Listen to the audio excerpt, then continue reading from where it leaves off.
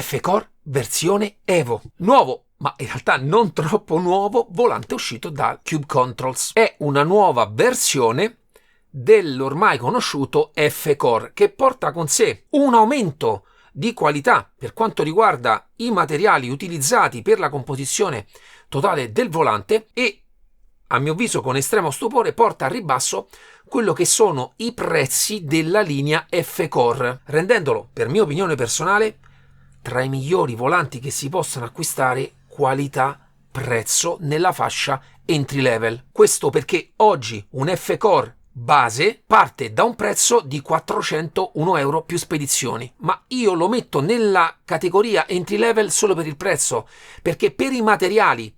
Ma per quanto riguarda Cube Controls voglio sottolineare questa cosa, perché molto spesso si parla di materiali alto livello, materiali basso livello. Non è soltanto questo, io parlo anche poi delle lavorazioni che ci sono su un prodotto a parità anche di materiali rispetto ad altri. E vi dico che per capirlo effettivamente dovete avere due volanti tra le mani, entrambi nello stesso momento, per capire l'abisso che tra i due possa esserci, magari al netto di una piccola differenza di prezzo. Ma come dico sempre, banda alle ciance, sigla!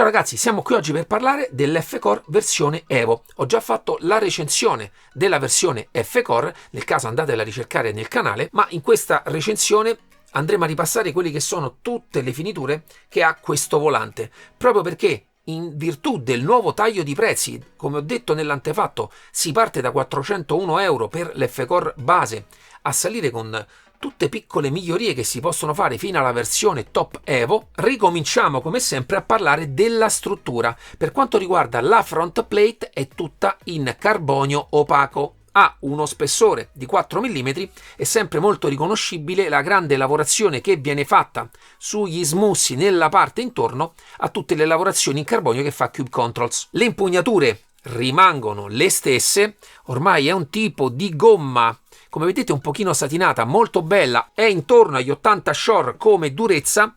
Si può, se fate un po' di forza, sentire che potete premere ed entrare all'interno della gomma. È un materiale poi che dà un ottimo effetto quando ce l'avete tra le mani, sia utilizzato con i guanti sia senza. Ormai tanti brand stanno utilizzando questo genere di gomma perché offre un ottimo grip e non tende per niente a raccogliere polvere. È moldata ottimamente nella parte del carbonio interno e non soffre in nessun modo di qualsiasi tipo di torsione, grazie anche a una back cover totalmente in alluminio, ma ne parleremo dopo. Nella parte frontale in basso c'è la serigrafia F-Core, nella parte centrale alta c'è il logo Cube Controls che è scavato all'interno del carbonio e carino colorato con uno smalto blu. Per quanto riguarda la dotazione pulsanti ce ne sono 6 da una parte, 6 dall'altra.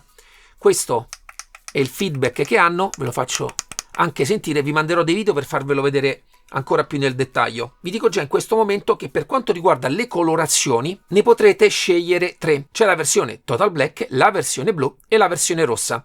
Naturalmente cambia il colore del tastino qui in alto, il colore del rotary qui nella parte alta e la parte di colorazione dei paddles.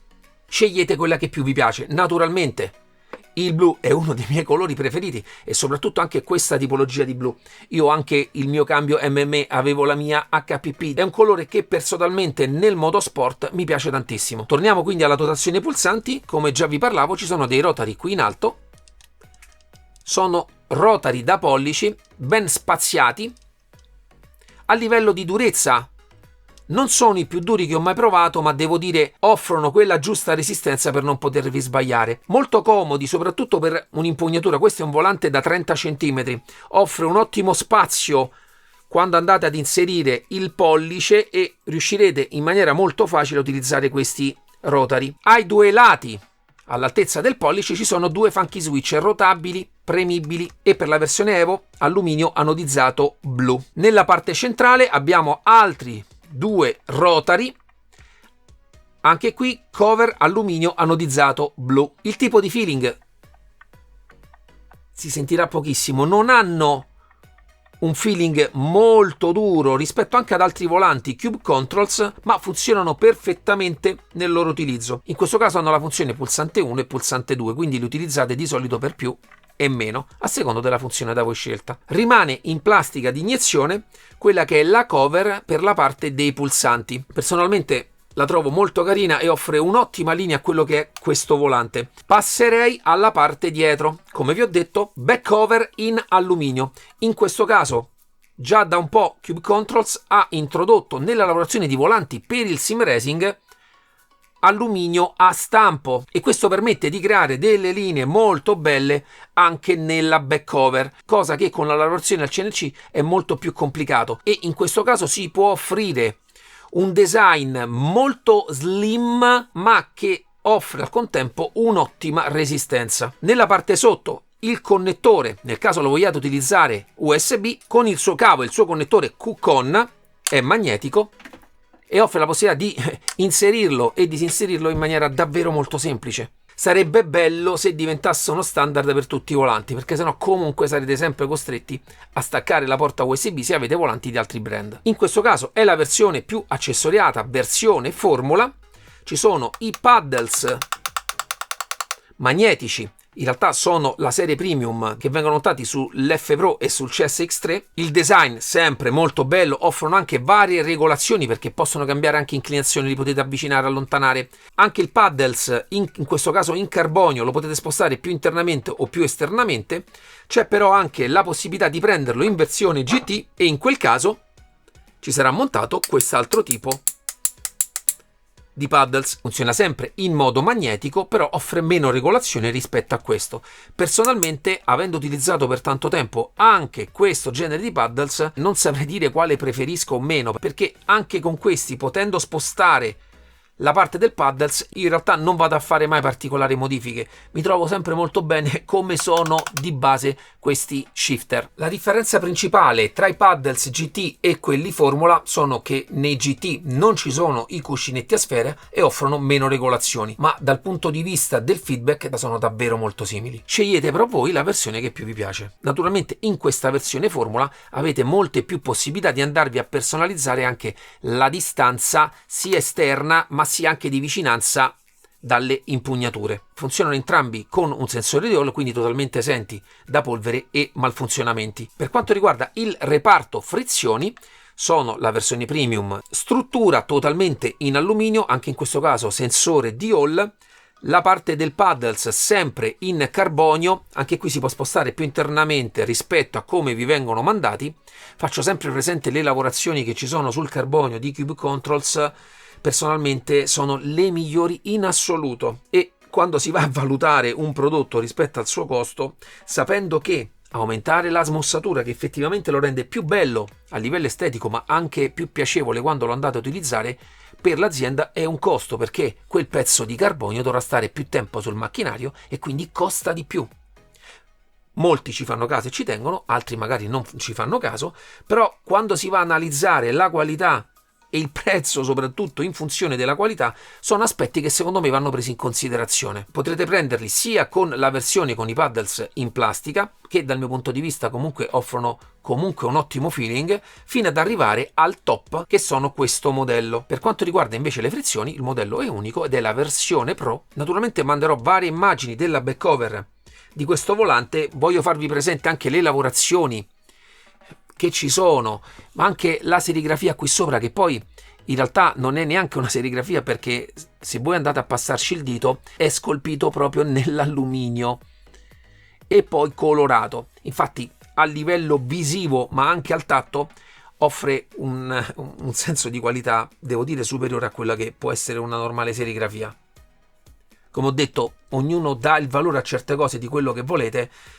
Provate ad avvicinare un volante rispetto a un altro per capire con che cura un prodotto è fatto rispetto a un altro e poi lo valutate in funzione del prezzo, ma ragazzi lo dovete toccare con le mani. Sempre optional nel loro shop è questo distanziale, ma in realtà il volante può essere utilizzato anche senza. Utilizzato senza distanziale ha un interasse da 50, con il distanziale porta l'interasse a 70, ma all'interno ci sono anche i fori per utilizzarlo comunque anche con quick release da 50. Vediamo se riesco a farvelo vedere. Qui in basso c'è l'antennina per poterlo utilizzare Bluetooth e qui c'è il pulsante per poterlo accendere. All'interno ha una batteria. Naturalmente tramite il loro software vi dirà quando è carica e quando è scarica, vi basterà riconnetterlo tramite il cavo USB. La cosa ottima è che potete utilizzarlo sempre wireless quando volete, ma in qualsiasi momento, nel caso abbiate una sessione e vedete che è scarico, connettete il cavo USB e lo potrete utilizzare anche USB. Come già vi ho accennato, il volante ha un suo programma per poterlo configurare e ho fatto un video per voi. Eccoci al Cube Control Set. Come vedrete verrà già rilevato il modello del volante, potrete fare un primo test del corretto funzionamento di tutti i pulsanti e anche per i paddle shifter. In questa prima sezione potrete andare a calibrare le frizioni. Vi basterà cliccare su Calibrate, tenete premuta la frizione, vi consiglio di non tenerla premuta troppo forte, cliccate su Save e a questo punto avrete cliccato la vostra frizione. Nella schermata Paddles andremo a decidere come lavoreranno proprio le frizioni. Andremo innanzitutto a scegliere quale delle due sarà quella che prenderà il bite point che andremo a settare. Io in questo caso ho scelto la sinistra. Mettiamo per esempio un bite point di 23. Andiamo su Input. Come vedete, quando io andrò a premere soltanto la frizione di sinistra, si attiverà soltanto per il segnale che io avrò impostato. Con la destra avrete tutto il segnale completo. Potrete poi assegnare ad un rotary del vostro volante la possibilità di andare a aumentare o diminuire quello che è il bite point. Io di solito imposto quello che è il funky switch di sinistra. Naturalmente volendo potrete anche andare a riconfigurare quelli che sono i paddle shifter. Nella seconda schermata potrete andare a fare un check update se ci sono degli update del volante oppure fare un manual update. Sempre qui andrete a vedere come state utilizzando il volante, se con la batteria oppure tramite il cavo USB come nel mio caso. Nell'ultima schermata naturalmente c'è il rimando al sito di Cube Controls e ci sarà la possibilità di vedere la versione del software e la versione del vostro firmware. Ma anche qui penso di avervi detto tutto. Ciao ragazzi, bentornati, spero sia stato tutto chiaro. Arriverei quindi alle conclusioni finali, anche se durante tutto quanto il video ho cercato di puntare un pochino il dito su quelli che sono gli aspetti che più mi colpiscono di questo prodotto, soprattutto perché da oggi è possibile acquistarlo nella sua versione base a prezzi più bassi rispetto a prima. La qualità è pressoché rimasta identica. Vi dico che la versione F-Core normale oggi parte da 401 euro, la versione Evo, versione formula, parte da 487 euro, la versione GT 475 euro. Personalmente, dal mio punto di vista, mi piaceva già anche la versione normale, perché la plastica utilizzata anche in quel volante, personalmente trovo già ottima la versione base, perché poi nei materiali strutturali c'era sempre un utilizzo spasmodico di alluminio e carbonio. Adesso nella versione Evo, avendo aggiunto in tutti i particolari alluminio anodizzato, poi in varie colorazioni, scegliete quella che più preferite, secondo me fa fare un balzo qualitativo proprio quando ce l'avete tra le mani a questo volante. Naturalmente io ho la possibilità di provarne tanti e quindi ne ho anche tanti tutti insieme a casa. Per capire effettivamente la qualità di questi prodotti creati da Cube Controls dovete veramente metterli vicino uno all'altro e non guardare soltanto le fotografie, per capire anche la cura degli accoppiamenti, la scelta fatta per alcuni particolari anche solo estetici. Personalmente non potete che rimanere colpiti. Per quanto poi riguarda l'impugnatura e le dimensioni da 30 cm, dal mio punto di vista vanno a coprire secondo me tutte le esigenze di auto GT, GT3, GT2, formula, prototipi. Potete utilizzare per qualsiasi tipo di auto, offrono un ottimo controllo e soprattutto potrete gestire con questo genere di impugnatura anche volumi molto elevati delle vostre basi. Ringrazio come sempre Cube Controls di dare la possibilità al mio canale di poter recensire i suoi prodotti. Lascerò qui sotto in descrizione il link per poterlo acquistare e c'è anche un piccolo codice sconto per voi. Naturalmente non è uno sconto cumulabile nel caso ci siano delle promozioni, ma spero vi faccia piacere. Fatemi sapere nei commenti se già possedevate un volante della linea F-Core di Cube Controls. Se avete altre domande in merito al prodotto che posso non aver toccato durante la recensione, fatemelo sapere sempre nei commenti. Naturalmente ragazzi, commentate anche con un ciao, con un bao, è il miglior modo per far crescere il canale. Ci vediamo alla prossima review, ciao!